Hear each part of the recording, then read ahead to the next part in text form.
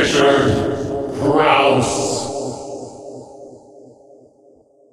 When we read the book, when we look back in her life, is she a cautionary tale about fame, or is she someone to be emulated? I think a little of both. Yeah. I think, you look at her early years when the studio pushed her into that marriage with Nicky Hilton simply to help promote Father of the Bride, and which was a horrible experience for her. So that was an example of the cost, the personal costs of fame and stardom and what you give up when to have a kind of public life. But she also was very, very smart, and I think we can learn from her. Elizabeth, I think, in the end, despite all these husbands and all of these failed relationships, she's not an unhappy woman. She has 4 children who turned out really well. She seems to have lots of friends. She's got the respect and the affection of the industry. So she by being herself, by being honest about who she was and the kind of life she wanted to lead, I think she teaches us a lot, that you don't have to make things up about yourself necessarily. You just have to make the public want to buy what you already have. Right. Why does the book stop in 1981? Is there another book? Is the post-fame, the post big-time movie career is just, I think, as fascinating as the life that came before. It is, except that I would find that my thesis would just keep repeating itself because, it's how to be a movie star. And I think what I showed with The Little Foxes, I end with her on the stage of The Little Foxes, basking in her applause. I wanted her to go out on top.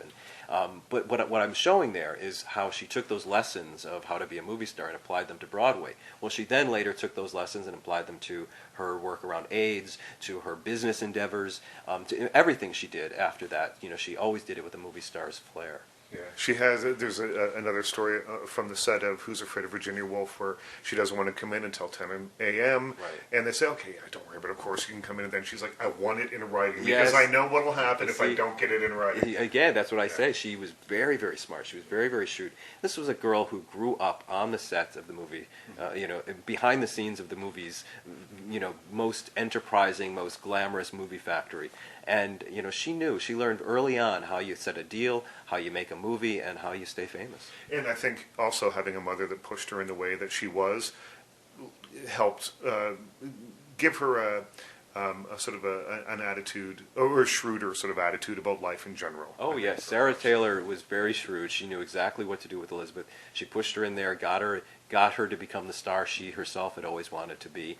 There were a lot of tensions between Elizabeth and her mother because Elizabeth didn't want to be a movie star in the beginning, but I think she came to be very grateful to her mother because, after all, the world and the life that Elizabeth was able to live was simply because of Sarah. Well, there's one line in the book, I can't remember what it is exactly, but you say something like, Sarah Taylor, who had one fleeting moment of fame in 1922 or something, whatever it was. It was right. Very kind of. I thought whenever it was, ooh, that's a little dismissive. Well, it was. It was. She was in one play that was a big hit, and she took it to London, and she for a moment she tasted that. Wow, I love this, but her next play was a flop, and so on. Yeah. But she had tasted it, and she knew that she wanted some of that for her daughter. Right. I think.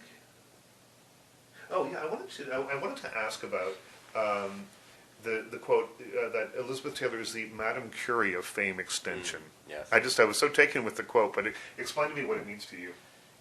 She was always able to keep going. She was a child star, and most child stars don't make it to young adult stars. Well, she did, and then most young adult stars don't become superstars, which she did. She made it past 40 in the movies. And it was always a different image. It started off being the little ingenue, and then she went to the vixen, and then she went to the diva, and then she went to and then she went to, Who's Afraid of Virginia Woolf, where she could play the great character roles. And even post-fame, even post-movie fame, she has been able to create herself as a crusader. She's always been able to find a way to stay in the public's eye. And that's what I mean. Today, fame extension is easy for some of these washed-up stars. They go on The Biggest Loser or whatever reality show it wants to hire them for the week.